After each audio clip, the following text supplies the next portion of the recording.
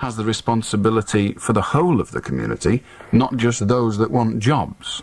Yeah. And it may be regarded as aesthetically not. I thought the thing was damned hideous, to be honest. I know, yeah. A lot of people did, but that's often the case with art, isn't it? Yeah. I mean, like, I thought, you know, when they had all that money, they'd start up a new scheme or something, you know, for jobs for young people, but, you know... Well, there are already adequate numbers of schemes for young people, giving them not real jobs, but jobs anyway. There's no young person that needs not to have had gainful employment of one sort or another in the youth training scheme. That doesn't mean that gainful employment is of any use to anybody, but at least it's there. I mean, is the scheme still going in the old Courtaulds factory, run by Father... forgotten his name. Roman Catholic Church, St Richard's. Oh, Kelly, Father Kelly. Well, Father Kelly may be doing it now. There's somebody else earlier. I've forgotten his name, sadly, but never mind. O'Brien. O'Brien, yes. Yeah, he's still around. And that's all still going, is it? Yeah. Now, that's a massive scheme. Yeah. Like, So you there are know lots of schemes. the medical centre, don't you? I know it well. I used to work there. Go on. Yeah, and all them, they used to go there, you know, and used to have a laugh and that. But, you know, it's all changed now. You know where it lives, don't you? Which Liz? Margie. Yes, I know Margie. Yeah, and Brenda Southworth. Yes. And all them. All pals of mine. What? They're all pals of mine from way back when. They were, yes. I used to work in the Ecumenical Centre. I used to have an office in there. Did you? I used to run the Citizens Advice Bureau in Skelmersdale. And that used to be in the Ecumenical Centre. Yeah. It's now just up the road in Furbeck, isn't it? They've got their own offices. Opened, I was the person that was partly responsible for the negotiation of the purchase of that building that they've moved into.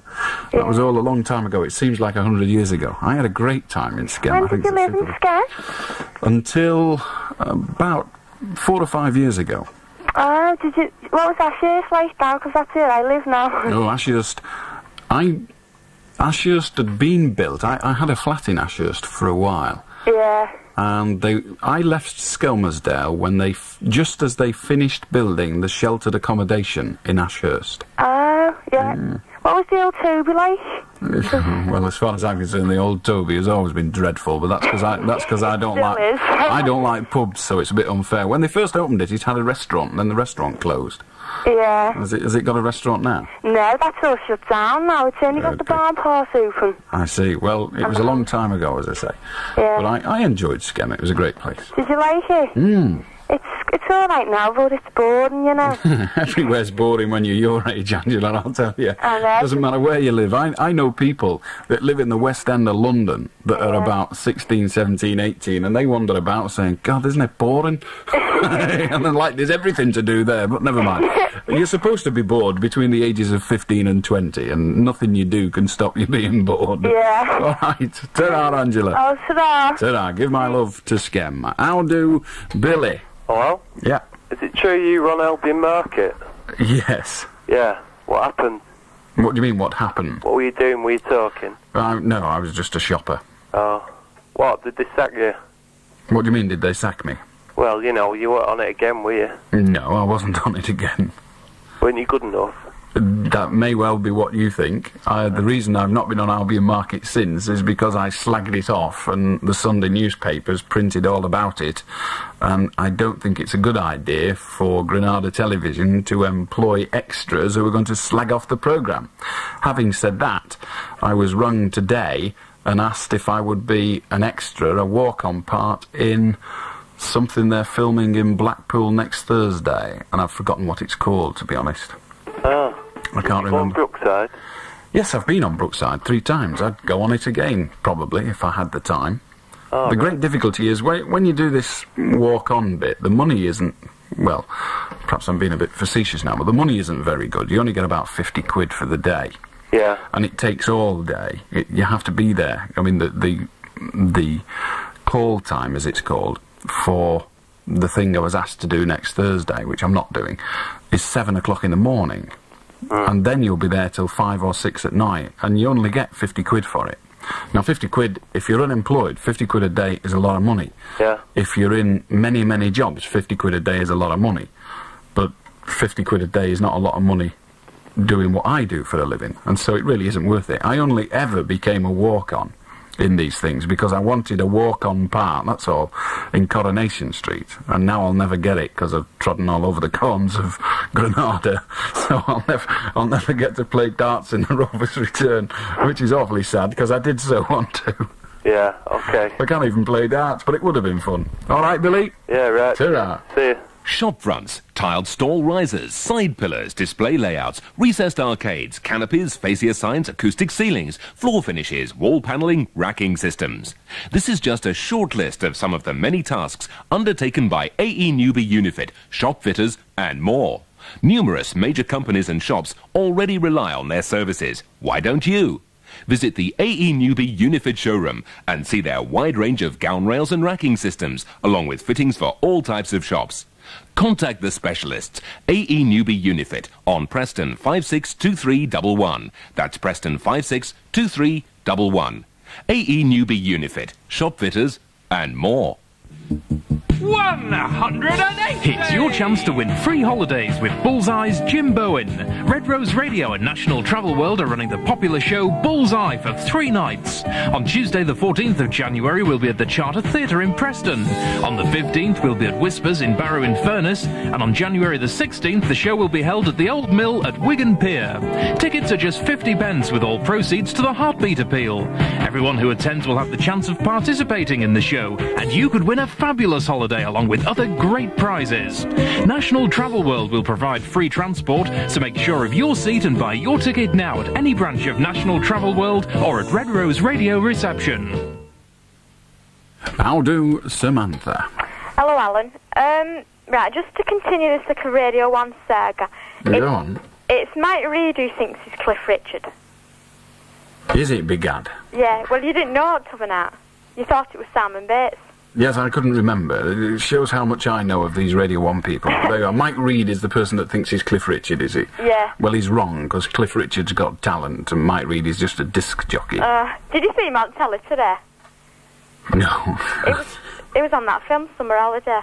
Oh, Cliff Richard? Yeah. I thought you meant Mike Reid. No. I didn't see either of them. Today I've spent the day either going for a walk or being dragged around Manchester like a spare part. So you missed in the good sales. there. Well, I saw Summer Holiday when it was in the cinemas. Hey, I did, honest. When it was first released, I went to the cinema to see Summer Holiday. Oh, I see. It's that long ago, yeah. It's terrible, isn't it? Right, now I sent off for a photo, right? But I've sent a stamp but not an envelope, so is that alright? Yeah, that'll do. Right. And another thing, have I got time before news comes on? Go on, yes. Right. Now, can you play a non-speaking part on telly if you've not got an equity? No. You can't? No. Not as a character. You can't be... I've got an equity card because I can do any of them, but you could play Samantha, you could take part in a quiz game and things like that, but you couldn't actually take an acting role without an equity card. Oh, I see. Well, you know these pop stars, they've not got equity cards, have they? Yes, but they don't, and some of them have actually, but they're not acting a role, they are a character and they're employed as an entertainer. Yeah. And most of the pop stars, if they've not got an equity card, have got a musician's union card anyway, which serves the same purpose if music is involved. Yeah. All right. And one more thing. Go on. Now, this part on telly, you said you were on telly sometime. Yes. In the near future. Have you got any information on it? Not yet, no. As soon as I have... It's an interview. I was interviewed by Billy Butler of BBC Radio Merseyside, but he's also of BBC Northwest Television. And the programme is... Well, it's talking about Scousers and about people who are well known in Liverpool. Yeah. For some reason, they decided to interview me. They're also interviewing Derek Hatton, so I don't suppose I should take it as a pat on the back. Anyway, Billy came along a few weeks back and did the interview in the studios here. And the programme is on sometime in January. I know not when. But you'll give us information? If I'm given the information by the BBC, yes. They don't always tell you. But if they do tell me, then I'll be more than obliged to pass it on. OK, then. All right? All right. Ta-ra. How do, Richard?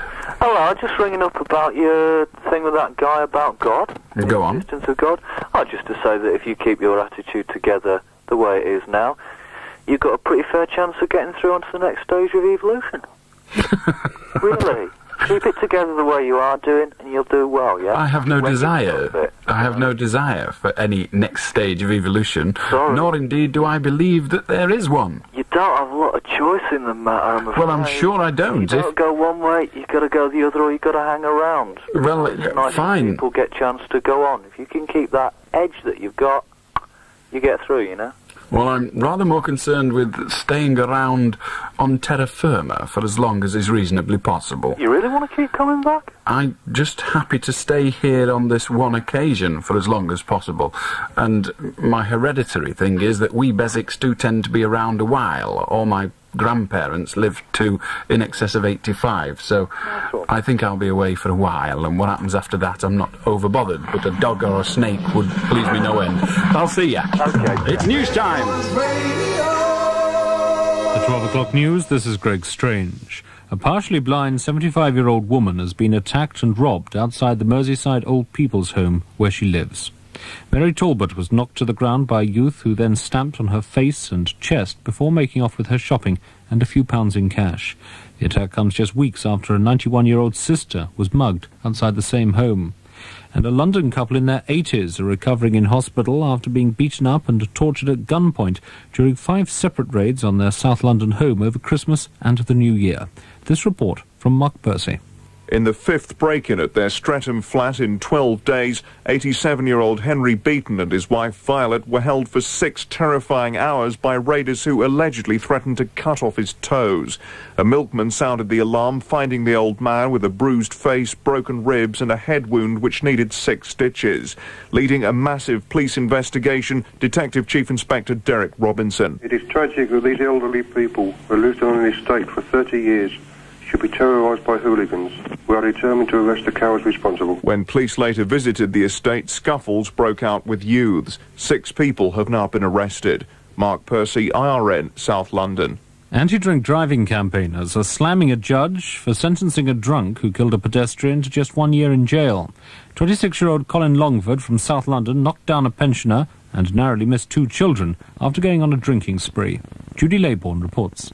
7 pints and 6 hours later, Longford jumped a red light as he drove home, hit a car and spun out of control into 67-year-old James Shaw, who was killed instantly. Longford then drove off, narrowly missing 2 schoolboys, and later reported his car stolen. Founder of the campaign against drinking and driving, Graham Buxton, says the sentence is scandalous for a crime akin to manslaughter. When you consider that for committing an offence of manslaughter, the penalty available is up to life imprisonment, the sentences imposed for causing death by reckless driving are quite outrageous in comparison. Longford was jailed for 1 year and disqualified from driving for 30 months. Thousands of unionists are gathering in Belfast for today's mass rally against the Anglo-Irish Accord on the future of Northern Ireland. A major plank of that deal is to boost peaceful nationalists in the north at the expense of the IRA. But Peter Robinson, deputy leader of the Democratic Unionist Party, says it's not Ulster Unionists but the British government who are now discriminating against Catholics.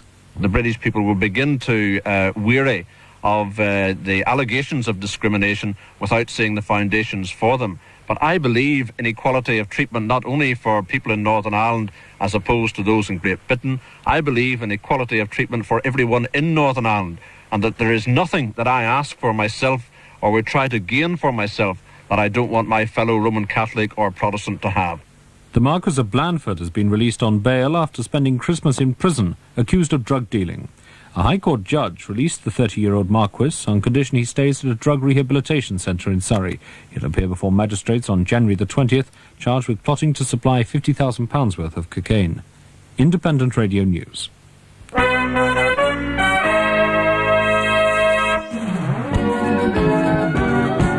Allan Beswick. Welcome to the weekend. Saturday is upon us at 3.5 minutes past midnight. Our duty, if you want to join us on the phone in, the number is Preston 561,000. We're here for virtually another 2 hours. And you're more than welcome to ring us. 24 hours a day, Red Rose Radio. I'll do Agnes. Angus? Angus, sorry. Never mind. Okay. Hello, Angus. I want to talk about mini roundabouts. Okay? Yeah. In the highway code, it says that you've got to use the left-hand lane to go straight on. Am I right? Yeah, well, it does. You're virtually right. There is... less road restrictions. Well, there are two things it says.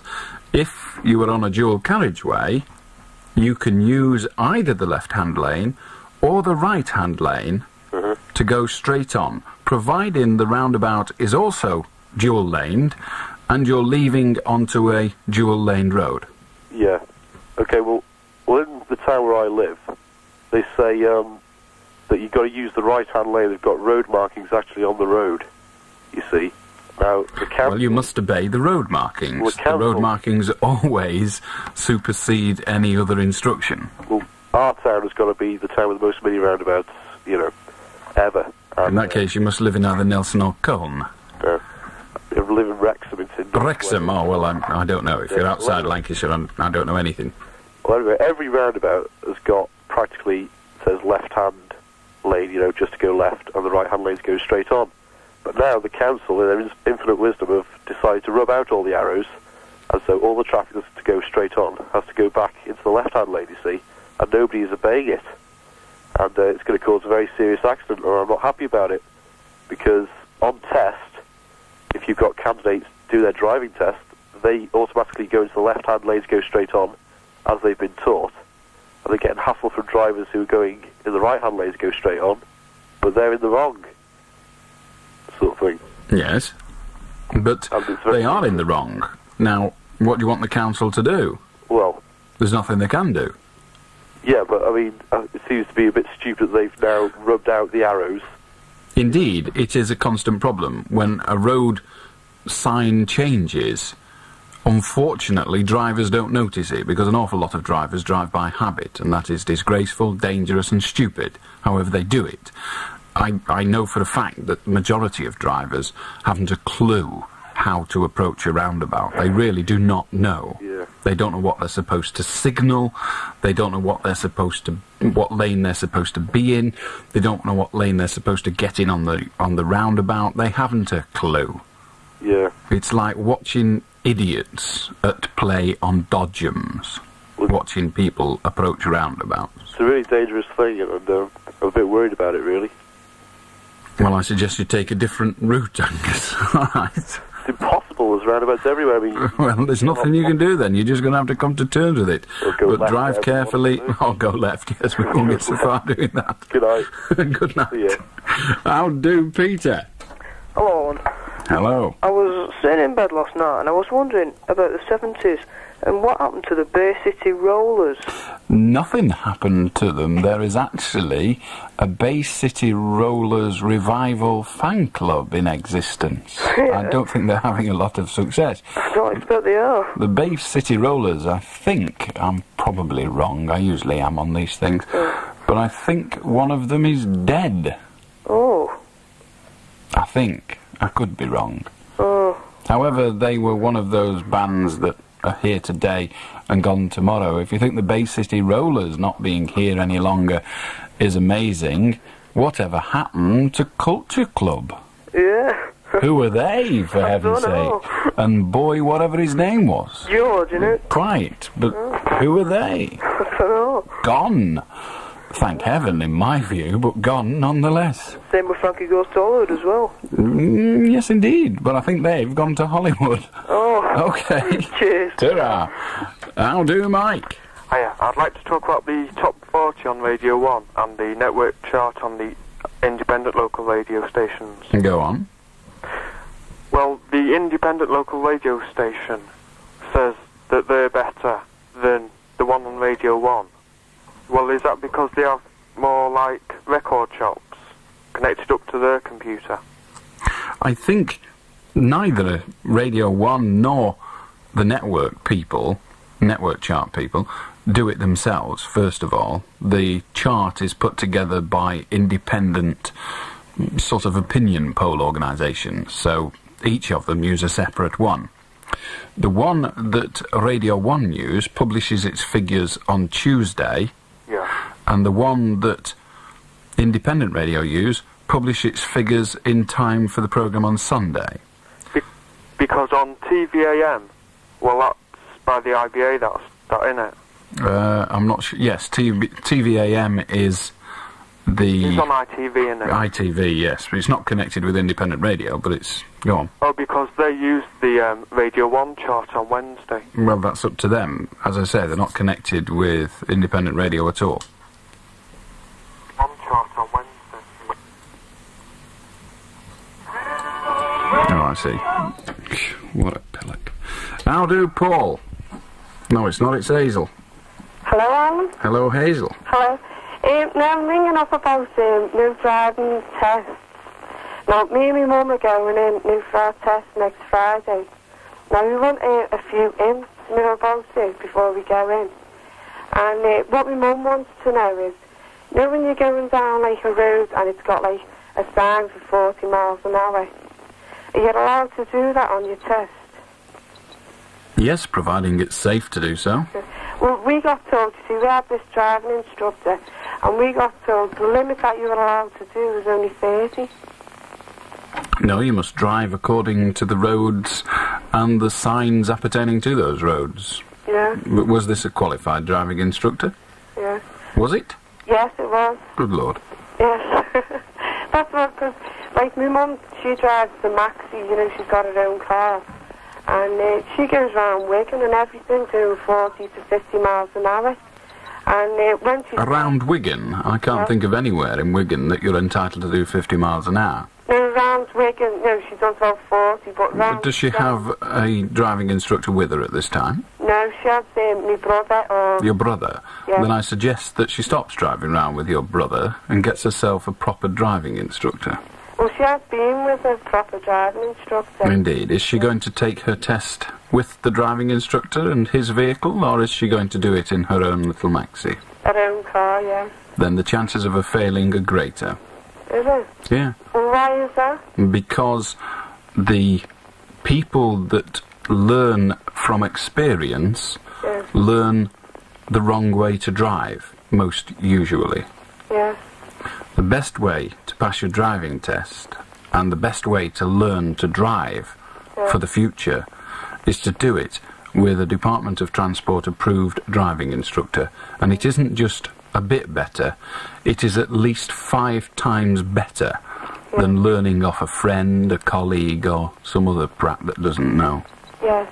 Now, I've heard, like, when you're on your driving test, exactly, like, and I've heard that people have failed the test for going slow. Now, what's the slowest, you can do? Well, the problem is that you don't fail your test for going slow, full stop. Yes. There are a number of things on the failure slip which you can be failed for. I think there are 20 of them. There might be 24. It may be totally different altogether now. But one of them is not progressing, not driving to suit varying road and traffic conditions. Yes. So, of course, if you're on an open road and you drive along at 16 mile an hour, you're not making normal progress. You have to follow the flow of traffic without breaking the speed limit. Yes. In other words, they don't want you cluttering up the road, but they don't want you breaking the speed limit either. Yes. So if it's a 30 mile an hour road, then you drive at 30 mile an hour. But also, you get some haste in the way you pull away. You don't take, 5 miles to get into 4th gear. Yes. Okay? Well, these are really questions that you should be putting to a driving instructor. Yes. Well, look, we've asked him all this, and, he's just, blind. Is it like he's given us, like, the wrong questions? I think you should ask him one other question, and that is, can I see your identification certificate? Yes. And he should have an identification certificate, a licence, issued by the Department of Transport, which has the Department of Transport crest on the front, and inside has his photograph, his signature, his address, and his details. And I suggest you ask him for that. And if he's not got one, I suggest you report it to the nearest Department of Transport. Okay? Yes, well, I've tried loads, that was my 3rd one. Then I think you need to consider you rather than the instructors. You're one of those people that believes you're not getting it right, it must be the instructor's fault. Yeah. Allow me to tell you that if you've had 3, then the chances are it's your fault. Yes. All right? Right, thanks. Ta-ra. Alan, yeah, thanks. I'll do, Paul. Hello, Alan. A couple of nights ago, I heard you say there is... A couple of nights ago, I wasn't on. Well, a few nights ago. A few nights ago, I wasn't on. Well, how many nights ago was it? It was I was on Monday, which was 4 nights ago, and I was on last night, It was which is probably 1 night. Monday then. You said Fine. that there is nothing more depressing. If there's anything more depressing than a Tory, it is a socialist. That's right. Yeah. Well, I consider myself as a socialist, Alan. And Which is probably why you sound so bloody boring. Oh, bloody hell. Listen, Alan. I've listened. Well, Alan, listen, I'm a socialist and I believe... when I talk to people, I always try to give my socialist views to people. You know? Fine, that's what's boring about them. Well, everything I say I consider is right. But it's irrelevant. Paul, I didn't say you were wrong. I said you were depressing. Do you consider, have I said to you, Alan, that... Paul, what I said was not that socialists are wrong, but they are boring. Oh, yeah. Being right doesn't stop you being boring. Do you consider socialists have some good views? I consider all people have some good views. What do you consider as a bad view of a socialist then? I didn't say they have bad views. Do you not understand the language? Yes, I do understand. You do understand the language? Listen. So when I say, and you quoted me, remember, that there's only one thing more boring than a Tory, and that's a socialist. Yeah. That it has nothing to do with their views, boredom, surely. Or do you actually don't understand what the word means, perhaps? You see, I find this conversation with you totally boring. It isn't providing me with any entertainment at all. How could I enlighten the conversation then, Alan? You could lighten it. Whether you could enlighten a conversation, I think is probably impossible. Enlighten means to impart information, and whether you could give information to a conversation, which is an intangible, I doubt. How could I lighten the conversation? Feel free. Well, I'd like to talk about... Well, let's see. Well, there you are. Totally and utterly boring. Good night. How do, Alan? Oh, hello, Alan. Good evening. You had a chap on a bit earlier on tonight who claimed that he'd been to school with you. Do you remember the fella? I remember him, yes. He was wrong, but I remember him. Well, I'll go along with that. He was rotten, and I think it's about time the silly bastard come and let me out this cupboard. Knockout. Thank you very much. Brilliant. Bye-bye. That's wonderful. How do, Tim? Hello, Alan. Yes. How do, mate? Alan, while listening to your show, you seem to come up with words that I have no recognition of. That's because you're a prat. No, Alan, words such as balderdash and ignoramus. Can you tell me what these words mean, please? No, it isn't ignoramus. I think that's rather lower down. Ignoramus. An ignoramus is, well, somebody called Tim that sounds like a prat. Balderdash is a collection of opinions that are not sensible. What about dross? Dross Are you is... describing Albion Market as this? Yes, dross is a word of the vernacular, and it means garbage, rubbish. Superb, I'll do me, mate. Very good. Okay. Yes, it's nice to pass on a little education, even to those that have none already. Hello, Sergio. Good night, Alan. I rang you a couple of weeks ago about bodybuilding, right? And you told me to go away and carry a heavy box, right? I just wanted to say thank you. You've done me wonders. Good. I'll go and carry another one, preferably this time in your mouth. Oh, thanks, Al. Great. Pleasure. How do? It's nice to pass a little happiness, isn't it? Hello, Stuart. Stuart, you're on now, you cretin. The trouble is, you're not on now, but by the time you hear it on the radio, you'll realise what a prat you are. Hello, Roy. Hello. Well? I want to talk about all the rich people who do nothing in their life and just sit on the bums all day. What would you like them to sit on? Or sit on chairs. But their bums are on the chairs, presumably. Yeah, but they don't do anything for a living, though, do they? I see. Well, what do you mean? They don't do anything? They stock market all day, don't they? And that's not work to you? No, 'cause, well, they just sign little forms and all that. We're working But signing little forms can be work. Yeah, it's only with a pen, though, isn't it? Yes, it is work with a pen, but that applies also to writers, to journalists, and to a certain extent, me. I don't actually go out and dig holes, but I still consider what I do to be work. I concede that it isn't by any means hard work, but it's work. Yeah, but they can make millions over nothing, though, can't they? But that isn't... The rate of pay you receive doesn't decide whether you are working or not. It's what you are doing, whether you are toiling, is what decides whether you're working or not, surely. Yeah, I suppose so. I mean, why don't you just come to terms with the fact, Roy, that you're just green with envy? No, but I work hard for a living. And you would... What do you do? I make video cabinets. You make video cabinets? Yeah. Now, are you telling me that if you were a millionaire, you would still make video cabinets? No. What would you do? Well, just to spend all my money and go away. Would you? If I was a millionaire, I wouldn't be. Well, that can... Well, no, you won't be. You're not intelligent like enough. You wouldn't like to be? No. Well, you carry on sawing wood. I'd rather work for you, though. Well, what I suggest you do, Roy, is every time you feel you're a bit too rich, you send your money to me. It won't embarrass me at all. I'm perfectly happy to be rich. Goodbye. Oh. You keep sawing wood, kid. Hello, Damien. Damien appears not to have the ability of speech. Still appears not to have the ability of speech. Rather fear that he's not very good at pressing buttons either. Hello, Gordon. Hello, Alan. Hello. Yeah, I shoot very often at the side of my house, and it usually causes a big bang. If any neighbours were to complain, what could be done? Hopefully you'd be thrown into prison for 20 years, but I don't think that is what can be done. But what is it you are shooting? Yeah, it's an air rifle. An air rifle? Yeah. There are rules and regulations about where you can use an air rifle, and you'll need to find out what those are. Yeah.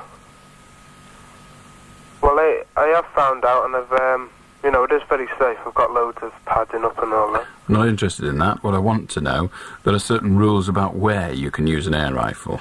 Do you know what those rules are? It's got to be about 50 yards away from a road. Is it 50 yards away from a road? Something like that, yeah. What do you mean, something that it either is or it isn't? If it's 49 yards away from it, you think it is, you haven't checked, you're not sure? No. Well, do you not think it'd be a good idea to check? Yeah. Right, well, when you've read all the rules appertaining to use of firearms, or pop guns, when you've established all that, obey them, and your neighbours won't be able to do anything. Yeah. All right? Yeah. Easy enough, wasn't it? Right. Someone as thick as you shouldn't be allowed a gun. Yeah. How do, Dave? Hello, Alan. What do you want? How are you? All right. Very well. Well, I'm about to buy a bed, Alan. I've had one for 15 years, and I'm now about to buy a new one. I wouldn't even have advice on that. Advice on buying a bed? No. Have you not? None whatsoever. Oh. Yeah, have you got a bed? Yes. You sleep well? When I get home, yes. What kind is it? I've no idea. Yes, I have. Oh, hang on. It came from Habitat. Oh. And I don't like it much. Oh. I have a sheet of wood under it, because I'd prefer... I like a hard You've got a bed. bad back, have you? No, but I don't want to get one. Oh. So you prefer a hard bed rather than a soft bed? Yes. A dear bed rather than a cheap bed? I'm not bothered. I quite honestly would be happy to sleep on a few floorboards nailed together. Oh, so really you can't give me any advice one way or the other? I actually said that at the early stage of this conversation. Yeah, yeah. Okay, Alan. All right. Ta-ra. Ta-ra. How do, Jim? Jeff, sorry. Hello, Alan. Hello. I'd like to talk about these dogs who work for the police, sniff out the drugs. Yes. Well, I believe that the actual dogs are drugged, to sniff out the drugs like the heroin. What do you mean they're drugged? Well, beforehand, they're addicted to the drug, so when they go to sniff out the drug, they sort of... Why do you believe that? Apart from the fact that you're obviously an idiot. I'm not an idiot, you fool. Well, all the evidence we've got so far convinces me that you are, but would you like to convince me that you're not? Why do you believe that the dogs that are used by the police as drug sniffers are drug addicts? Well, how can they tell that they're drugs? I see. It is merely your inability to understand the dog's excellent perception and excellent sense of smell that makes you think that. I mean, it's you know, do you see what that programme is? Excuse me, Jeff. Was on. Jeff, can you recognise the smell of roast beef in the oven? Yes, I can. Can you recognise the smell of fresh baked bread? Yeah, I can. You can. Can you recognise the smell of sweat? Yeah, but I cannot. Then are you? I cannot recognise the smell of heroin. Well, you could recognise it if you'd smelt it. I couldn't, because it's not. It's probably not a smell like. If your sense of smell was adequate, you could. It isn't adequate because you're a human being. I take a chance on saying that, but I'm happy to believe that you are. Neither could I. But dogs' sense of smell is somewhat better than that of the human being. Yeah, but, I mean... Have you ever heard of a bloodhound? Yes. Have you ever become aware throughout your life that bloodhounds are sometimes used to actually track the scent of a man? Yeah. Could you do it? No.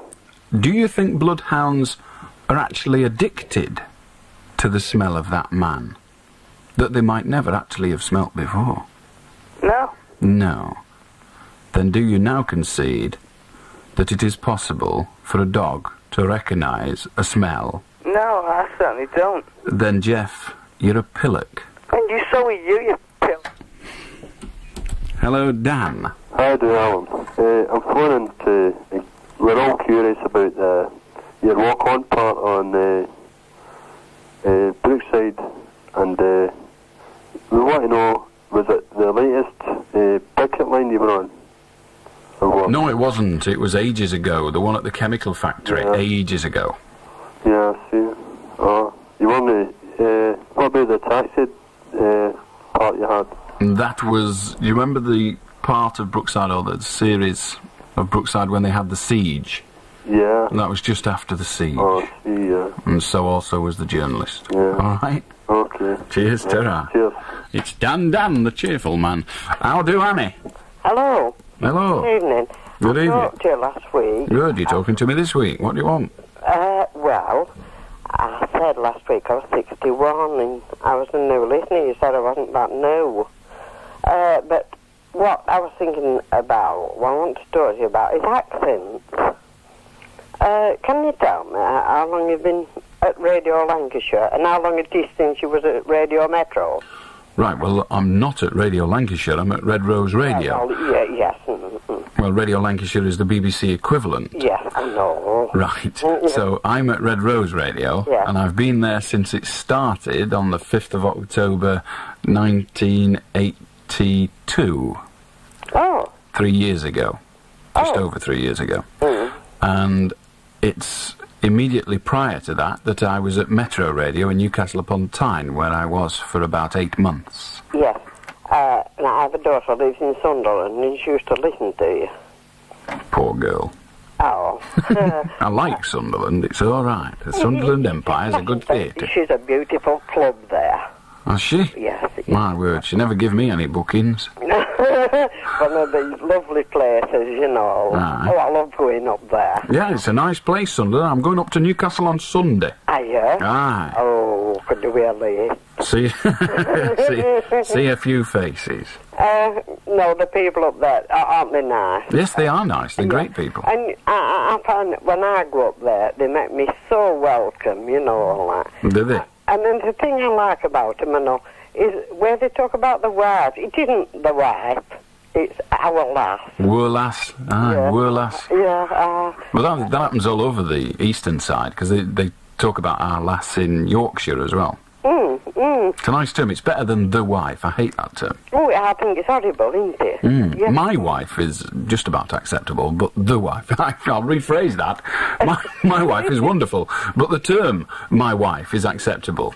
Yeah. Whereas the wife, I think, is sexist and awful. Well, it is, yes. And I've listened to you, well, you know, the nights that you have been on, and as I say, I'm a new listener. Good. Well, welcome, Annie. Welcome. In the meantime, go and get your gun. You what? Your gun, Annie, get your gun. Didn't you see the film? I could do your gun for some of these here, what you have on. Yeah, I know you don't mean it. All right, Annie, nice to talk to you anyway. Yeah, okay. Ta-ra now. Ta-ra. That's Annie, who thinks I'm on Radio Lancashire. Hello, Connie. Hello? Colin, sorry. Yeah, I'll do, Alan. Can't hear you. You'll have to talk louder, perhaps even shout. Right, I'll do, Alan. Yeah, me? Not very well, no. You'd like to ring us back on Preston 561,000, see if we can get a better line. Sorry about that. I'll do to Jeanette. Oh, it's Janet, Alan. All right, Janet. Yeah, well, I'm phoning about, you know, Scousers are always getting the blame for everything.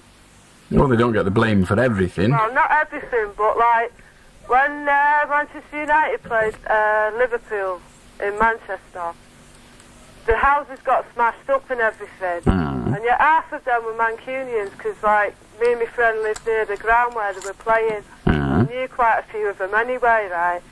And then on the telly and everything about drugs and all that lot, they're always coming out saying it's them near enough all the time. And they've just got the same amount of things in, like, Manchester and London and everything. Yes, I agree. Yeah. It just gets on my nerves, you know what I mean? Because, like, the same things go on in Manchester all the time and London and that as they do in Liverpool. I agree wholeheartedly, Janet. Thank you for calling. All right. Ta-ra. Ta-ra. I'll do Jackie. Thank you, Jackie. I'll do Craig. Hello, Mr. Beswick. I'd like to know what you call bad language, profanities. Because if I called you an illegitimate, but a scouser came on later and called you the other word, you cut him off. Why is this? I don't even know what you're talking about, Pratt. Well, you know, when you cut people off for using profanities, you know, wrong meaning of the word, if I called you an illegitimate person, and they called you B, you know, B-A-S-T, I don't really spell it. Yes, we know what the word is. Yeah. The word's bastard. Yeah. Yes. And you cut them off. Yes. In the English dictionary, it has both meanings of the word. Indeed it does. However, a profanity is only a profanity if used in a profane way. Yeah. All right? Yeah. The word bastard is a perfectly acceptable word. Perfectly acceptable. However, if somebody says to me that I am a bastard, they don't mean I am an illegitimate person. They mean they don't like me. And they're perfectly entitled to not like me, and they're perfectly entitled to allege that I'm an illegitimate person. But if all they intend to do is to use the word away from its proper usage and into its profane usage, then I'm not prepared to listen to it, nor, more importantly, prepared to inflict it upon other people listening to this programme. To be perfectly honest, I don't give a toss what they call me. I get money off them, so I don't care. And another point, you say you don't want, a couple of weeks ago you said on the radio, you didn't want people, what was the word? I don't know, perhaps you'd like to think of it. It'll come to... Well, you haven't got long. You said that you don't want people coming on and using profanities. The actual word you said was you don't want people coming on the airways and violating the airways using profanities. Do you not think that's a bit wrong in the English use? Because profanities does mean violate. Wrong uses of words, you know. So, could you not use something else just to satisfy me? I have no desire to satisfy you. No desire whatsoever. I think you're a jumped-up little nothing. Why should I bother trying to satisfy Do you not think it's just a bit wrong? A bit wrong or a lot wrong? Wrong is an absolute. A thing is either right or wrong. You cannot be wrong by degree. There, see? Just taught you something about the English language. Did you good, didn't it, Craig? I've been sat here with my dictionary all night reading... Have you indeed? Then you should have looked up the word wrong. Good night. Good night. It must be awful to be a child in this day and age. Hello, Peter. Hello, Alan. Hello. Listen, I've decided after a long time to better myself. And I was wondering, could you tell me where I can get elocution lessons around the Merseyside area? I'm serious. Try the Yellow Pages. Yellow Pages? Yes. No, not Yellow Pages. Yellow Pages. Oh, yellow. We must start as we mean to go on. Yeah, well, I was thinking, you know, this Warrington accent. Yours is a Warrington accent, isn't it? There's some Warrington in there. It isn't a pure Warrington accent, if there is such a thing. I've been about too much. I'm rather partial to it.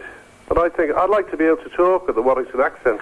Well, you'll have to go and live there for 15 years or something like I did. Yeah, I'm desperate to do something about this sound I've got, though, you know. Well, it's embarrassing. Well, it may well be embarrassing to you. It's a perfectly acceptable sound to me. God bless you, son. It's a pleasure. God bless you. Said Alan. How do to who? Mary.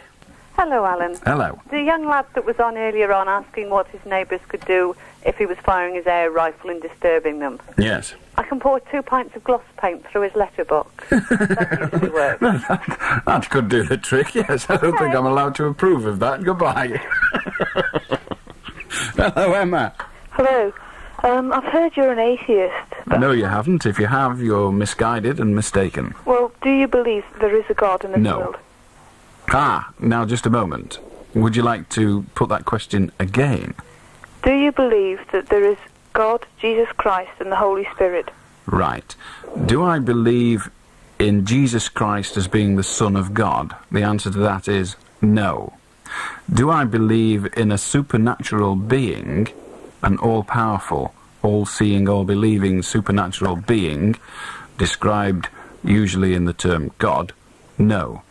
Do I believe in the Holy Spirit? Inevitably no, because the Holy Spirit is the love bond between Jesus Christ, Son of God, and God.